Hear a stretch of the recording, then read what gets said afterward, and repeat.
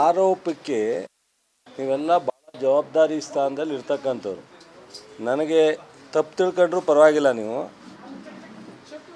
ಯಾರೋ ಏನೋ ಮಾತಾಡ್ತಾರೆ ಅಂದರೆ ಅವಕ್ಕೆಲ್ಲ ನೀವು ರಿಯಾಕ್ಷನ್ ಕೇಳೋದು, ಅದನ್ನೆಲ್ಲ ಟಿ ವಿಲಿ ಹಾಕೋದು, ನಿಮಗೆ ಎಷ್ಟು ಗೌರವ ಸಲ್ಲುತ್ತೋ, ನಮಗೆ ಎಷ್ಟು ಜವಾಬ್ದಾರಿ ಇರುತ್ತೋ ನಿಮಗೂ ಅಷ್ಟೇ. ಬಿಡ್ರಪ್ಪ, ಏನಿದೆ.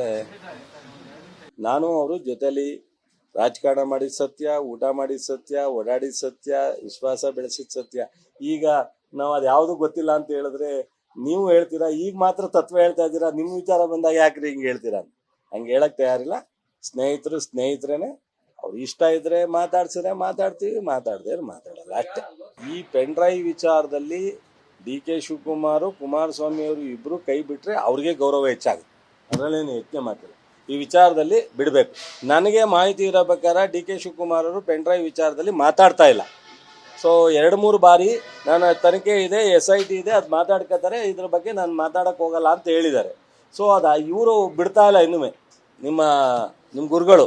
ಆ ಕುಮಾರಸ್ವಾಮಿಯವರು ಇವತ್ತು ದೇವೇಗೌಡರ ನಂತರ ಆ ಪಕ್ಷದಲ್ಲಿ, ಆ ಕುಟುಂಬದಲ್ಲಿ ನಾಯಕರಲ್ಲ, ಅವರು ಪ್ರಯತ್ನ ಮಾಡಿ ಅವನ್ನ ಕರೆಸೋವಂಥ ಪ್ರಯತ್ನ ಮಾಡಲಿ. ಇದೆಲ್ಲವೂ ಎಂಡ್ ಆಗುತ್ತೆ.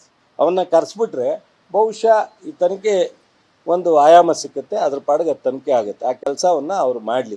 ಸೊ ಡಿ ಕೆ ಶಿವಕುಮಾರ್ ಅವ್ರನ್ನ ಈ ಪೆನ್ ಡ್ರೈವ್ ವಿಚಾರದಲ್ಲಿ ಯಾಕೆ ಎಳಿಬೇಕು? ಅವಶ್ಯಕತೆ ಏನಿದೆ? ಆರೋಪಕ್ಕೆ ನೀವೆಲ್ಲ ಭಾಳ ಜವಾಬ್ದಾರಿ ಸ್ಥಾನದಲ್ಲಿ ಇರ್ತಕ್ಕಂಥವ್ರು. ನನಗೆ ತಪ್ಪು ತಿಳ್ಕೊಂಡ್ರೂ ಪರವಾಗಿಲ್ಲ. ನೀವು ಯಾರೋ ಏನೋ ಮಾತಾಡ್ತಾರೆ ಅಂದರೆ ಅವಕ್ಕೆಲ್ಲ ನೀವು ರಿಯಾಕ್ಷನ್ ಕೇಳೋದು, ಅದನ್ನೆಲ್ಲ ಟಿ ವಿಲಿ ಹಾಕೋದು, ನಿಮಗೆ ಎಷ್ಟು ಗೌರವ ಸಲ್ಲುತ್ತೋ, ನಮಗೆ ಎಷ್ಟು ಜವಾಬ್ದಾರಿ ಇರುತ್ತೋ ನಿಮಗೂ ಅಷ್ಟೇ. ಬಿಡ್ರಪ್ಪ, ಏನಿದೆ. ನಾನು ಅವರು ಜೊತೆಲಿ ರಾಜಕಾರಣ ಮಾಡಿದ ಸತ್ಯ, ಊಟ ಮಾಡಿದ ಸತ್ಯ, ಓಡಾಡಿದ ಸತ್ಯ, ವಿಶ್ವಾಸ ಬೆಳೆಸಿದ ಸತ್ಯ. ಈಗ ನಾವು ಅದು ಯಾವುದು ಗೊತ್ತಿಲ್ಲ ಅಂತ ಹೇಳಿದ್ರೆ ನೀವು ಹೇಳ್ತೀರಾ, ಈಗ ಮಾತ್ರ ತತ್ವ ಹೇಳ್ತಾ ಇದ್ದೀರಾ, ನಿಮ್ಮ ವಿಚಾರ ಬಂದಾಗ ಯಾಕ್ರಿ ಹಿಂಗೆ ಹೇಳ್ತೀರಾ? ಹಂಗೆ ಹೇಳಕ್ ತಯಾರಿಲ್ಲ. ಸ್ನೇಹಿತರು ಸ್ನೇಹಿತರೇನೆ. ಅವ್ರು ಇಷ್ಟ ಇದ್ರೆ ಮಾತಾಡ್ಸಿದ್ರೆ ಮಾತಾಡ್ತೀವಿ, ಮಾತಾಡದೆ ಮಾತಾಡಲ್ಲ ಅಷ್ಟೇ. ಈ ಪೆನ್ ಡ್ರೈವ್ ವಿಚಾರದಲ್ಲಿ ಡಿ ಕೆ ಶಿವಕುಮಾರ್, ಕುಮಾರಸ್ವಾಮಿ ಅವರು ಇಬ್ರು ಕೈ ಬಿಟ್ರೆ ಅವ್ರಿಗೆ ಗೌರವ ಹೆಚ್ಚಾಗುತ್ತೆ. ಅದರಲ್ಲೇನು ಯೋಚನೆ ಮಾಡ್ತಿಲ್ಲ. ಈ ವಿಚಾರದಲ್ಲಿ ಬಿಡಬೇಕು. ನನಗೆ ಮಾಹಿತಿ ಇರೋ ಪ್ರಕಾರ ಡಿ ಕೆ ಶಿವಕುಮಾರ್ ಅವರು ಪೆನ್ ಡ್ರೈವ್ ವಿಚಾರದಲ್ಲಿ ಮಾತಾಡ್ತಾ ಇಲ್ಲ. ಸೊ 2-3 ಬಾರಿ ನಾನು ತನಿಖೆ ಇದೆ, SIT ಇದೆ, ಅದು ಮಾತಾಡ್ಕೋತಾರೆ, ಇದ್ರ ಬಗ್ಗೆ ನಾನು ಮಾತಾಡಕ್ಕೆ ಹೋಗಲ್ಲ ಅಂತ ಹೇಳಿದ್ದಾರೆ. ಸೊ ಅದು ಇವರು ಬಿಡ್ತಾ ಇಲ್ಲ ಇನ್ನೂ ನಿಮ್ಮ ಗುರುಗಳು.